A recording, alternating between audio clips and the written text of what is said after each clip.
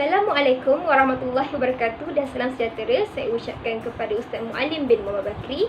Saya Nurul Izzah binti Abdul Ghaffar dan rakan-rakan pada kali ini akan membentangkan tentang tajuk tugasan kami, iaitu tajuk mengenai kepimpinan unggul menurut perspektif Islam. Secara amnya, pemimpin merupakan satu anggota utama dalam setiap pengurusan, tidak kira dalam pengurusan barat maupun dalam pengurusan Islam. Hal ini kerana setiap pemimpin bertanggungjawab dalam menggerakkan manusia agar mereka saling bekerjasama mencapai matlamat organisasi yang dituju. Dari sudut bahasa, kepimpinan merujuk kepada kecekapan atau kebolehan individu dalam pengurusan. Dari sudut istilah pula, kepimpinan merujuk kepada kecekapan individu di setiap peringkat pengurusan dalam menggerakkan semua organisasi seperti manusia agar mereka saling bekerjasama mencapai matlamat organisasi.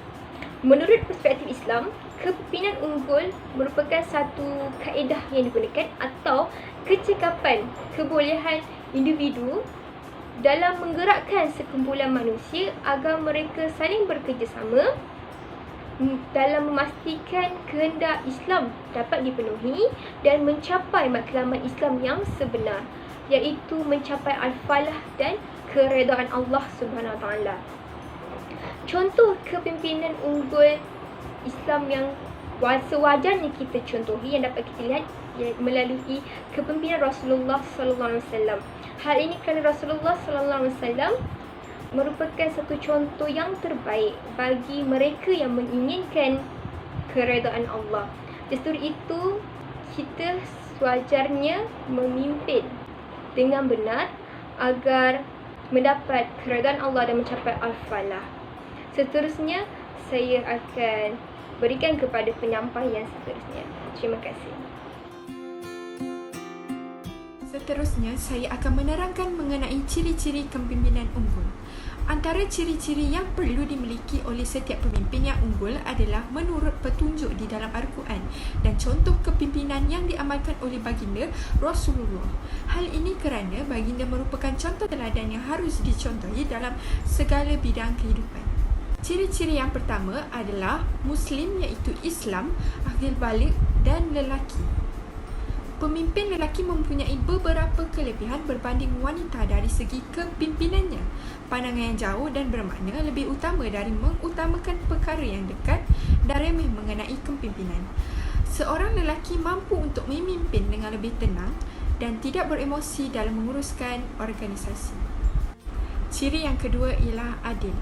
Pemimpin sesebuah organisasi haruslah mempunyai sifat yang adil dalam setiap aspek kepimpinannya kepada orang bawahannya dan juga orang yang berurusan dengannya agar setiap mereka itu terhindar dari sifat tidak puas hati atau memberontak disebabkan perkara tersebut. Yang ketiga adalah berilmu. Seorang pemimpin dalam sesebuah organisasi haruslah mempunyai ilmu pengetahuan yang lebih terutama mengenai aspek-aspek teknikal dan juga pengurusan kerana ia memberikan kelebihan dalam membentuk organisasi yang bagus.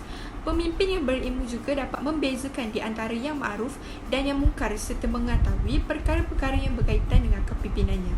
Oleh itu, mereka akan bijak dan berhemah dalam menangani sebarang masalah yang berlaku di organisasi tersebut. Yang keempat, mempunyai kuasa dan kemampuan. Ia bermaksud boleh bertindak bagi menyelesaikan sesuatu urusan atau masalah yang berlaku sama ada melalui tenaga, perkataan, tulisan atau fikiran dalam segala aspek. Seseorang pemimpin haruslah mempunyai kemampuan untuk menolak perkara yang negatif daripada berlaku kepada masyarakat maupun dalam sesebuah organisasi. Yang terakhir sekali, sempurna panca indera dan sihat tubuh badan. Kesihatan fizikal tubuh badan dan kesempurnaan fizikal diri sama pentingnya dengan aspek-aspek keilmuan dan kerohanian. Badan yang sihat mempunyai akal yang sejahtera seperti hadis Rasulullah sallallahu alaihi wasallam yang bermaksud lelaki yang mukmin yang kuat tubuh badan lebih disayangi Allah daripada lelaki yang mukmin tetapi lemah fizikal. Terima kasih kepada penyampai sebelum ini. Seterusnya saya akan menyampaikan tentang peranan pemimpin unggul. Antara peranan pemimpin unggul menurut perspektif Islam yang pertama ialah peranan pemimpin berkomunikasi dalam menyampaikan maklumat. Komunikasi adalah satu strategi yang digunakan oleh setiap pemimpin dalam menyampaikan maklumat yang tepat dan benar kepada setiap ahli organisasi lain. Sekiranya pemimpin tidak berlaku jujur dan amanah dalam menyampaikan maklumat yang tepat dan benar yang diberikan kepada mereka kepada ahli organisasi lain, ini jelas akan menyukarkan matlamat organisasi untuk dicapai. Perkara ini juga jelas telah bertentangan dengan konsep pengurusan Islam yang sebenar, di mana pengurusan Islam amat mementingkan aspek amanah dan integriti sebagai seorang pemimpin. Oleh itu, pemimpin unggul sewajarnya mempunyai komunikasi yang baik dalam menyampaikan maklumat yang tepat dan benar dengan jelas tanpa menyembunyikan faktanya. Seterusnya adalah peranan pemimpin dalam membuat keputusan yang adil. Sebagai seorang pemimpin unggul, pemimpin perlu memastikan setiap keputusan yang dibuat olehnya adalah adil, berlandaskan Al-Quran dan As-Sunnah dan tidak bercanggah dengan syariat Islam. Contohnya, pemimpin perlu memastikan setiap keputusan yang dibuat dengan adil, tidak mempunyai unsur-unsur haram seperti perjudian. Selain itu, pemimpin juga perlu memastikan keputusan itu adalah adil untuk semua tanpa berlakunya penindasan terhadap golongan-golongan tertentu. Contohnya, mendirikan peraturan dan hukuman yang setimpal tanpa mengira bangsa, agama dan juga kaum. Dan akhir sekali, peranan pemimpin dalam memperkukuh dan mengekalkan perpaduan hubungan kasih sayang dan hormat menghormati antara ahli organisasi. Dalam pengurusan Islam, pemimpin unggul bertanggungjawab dalam memastikan hubungan yang erat atau hubungan yang baik dapat dikekalkan dan dapat dibentuk dalam sebuah organisasi agar kerjasama yang erat dapat dicapai. Sekiranya berlaku permusuhan ataupun perbalahan dalam kalangan ahli organisasi, keadaan ini akan menyukarkan matlamat Islam untuk dicapai.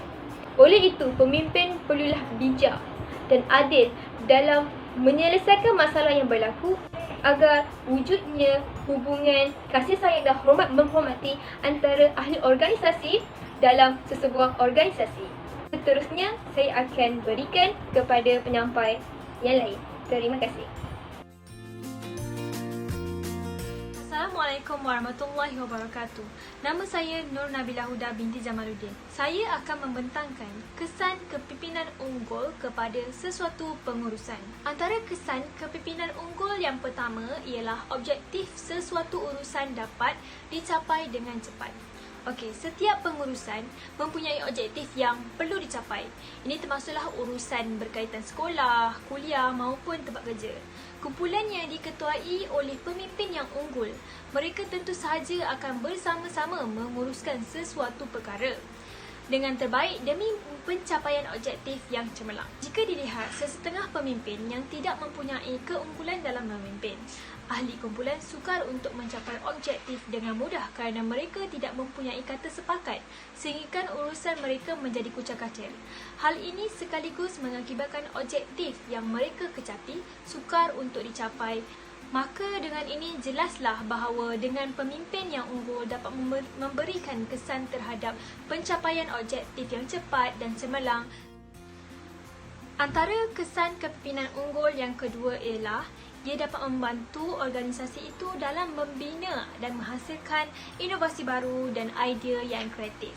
Biasanya, seseorang pemimpin yang unggul itu, mereka berfikiran terbuka dan mudah bagi ahli kumpulan mereka itu untuk berkomunikasi dengan ketua kumpulan mereka. Jika dilihat sesetengah kumpulan yang di mana pemimpin mereka tidak bersikap terbuka, akibatnya idea yang mereka perolehi tidak dapat dikongsikan bersama kerana ahli kumpulan mereka sendiri akan rasa tidak selesa ataupun tidak berani untuk berkongsikan pendapat mereka kepada ketua mereka. Oleh itu, jelaslah bahawa dengan pemimpin yang unggul, mudah untuk sesuatu organisasi itu menghasilkan inovasi yang baru dan idea yang kreatif.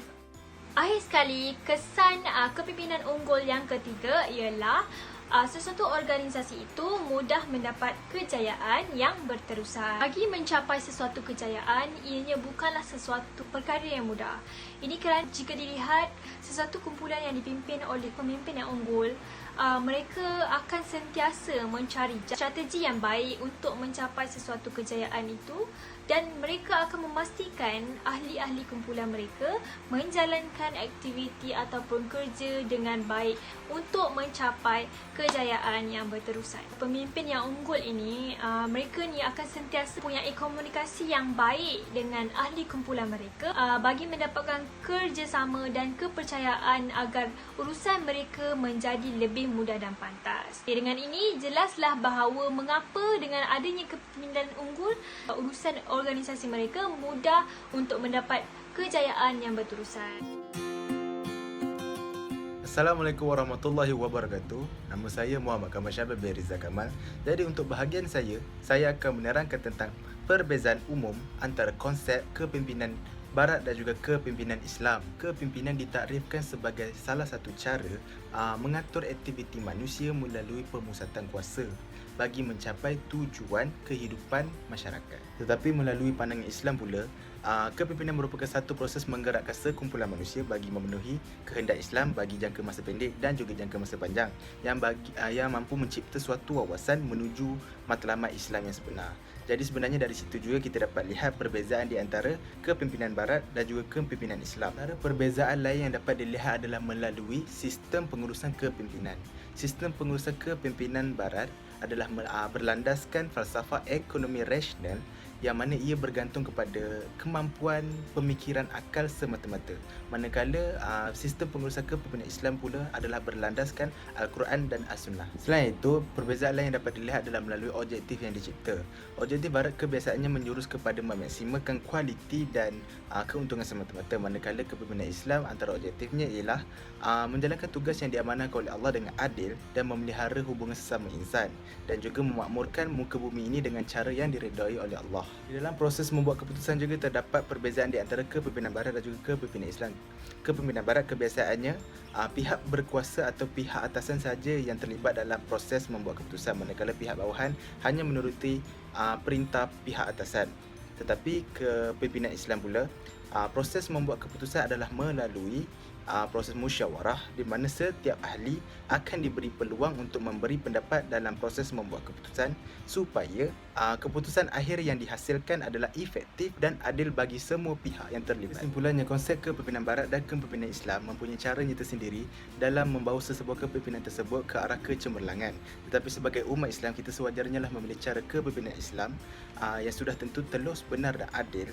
Dan kita sewajarnya lah menjadikan Rasulullah SAW sebagai model untuk kita contohi dalam melaksanakan sesebuah kepimpinan.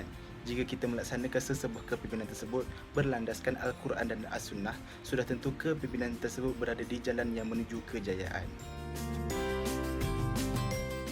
Secara kesimpulannya, setiap orang mempunyai bakat kepimpinan di dalam diri masing-masing. Namun, kejayaan untuk mengembangkan ciri-ciri kepimpinan bergantung kepada pribadi masing-masing dalam mempraktikkan dan menonjolkan bakat kepimpinan yang dimilikinya. Menjadi seorang pemimpin bukan suatu perkara yang mudah. Oleh itu, ciri-ciri seorang pemimpin yang unggul haruslah diambil serius kerana pemimpin yang dipilih menentukan masa depan sesebuah negara, organisasi dan keluarga. Sekiranya kriteria kepimpinan Islam dijadikan syarat utama dalam memilih seseorang pemimpin, maka keizahan iaitu kemuliaan Islam itu akan terselah dalam pemerintahan negara secara praktikal. Sebagai umat Nabi Muhammad yang diberi amanah serta tanggungjawab untuk memakmurkan alam ini, seseorang itu haruslah menggalas tugas kepimpinan dengan bersungguh-sungguh mengikut tahap dan peringkat yang berbeza. Sebagai contoh, secara individu, ahli keluarga, pemimpin masyarakat, pemimpin bangsa dan pemimpin negara adalah bertanggungjawab bagi meneruskan risalah dan perjuangan baginda Rasulullah demi kebaikan dan kesejahteraan seluruh umat manusia. Sekian, terima kasih.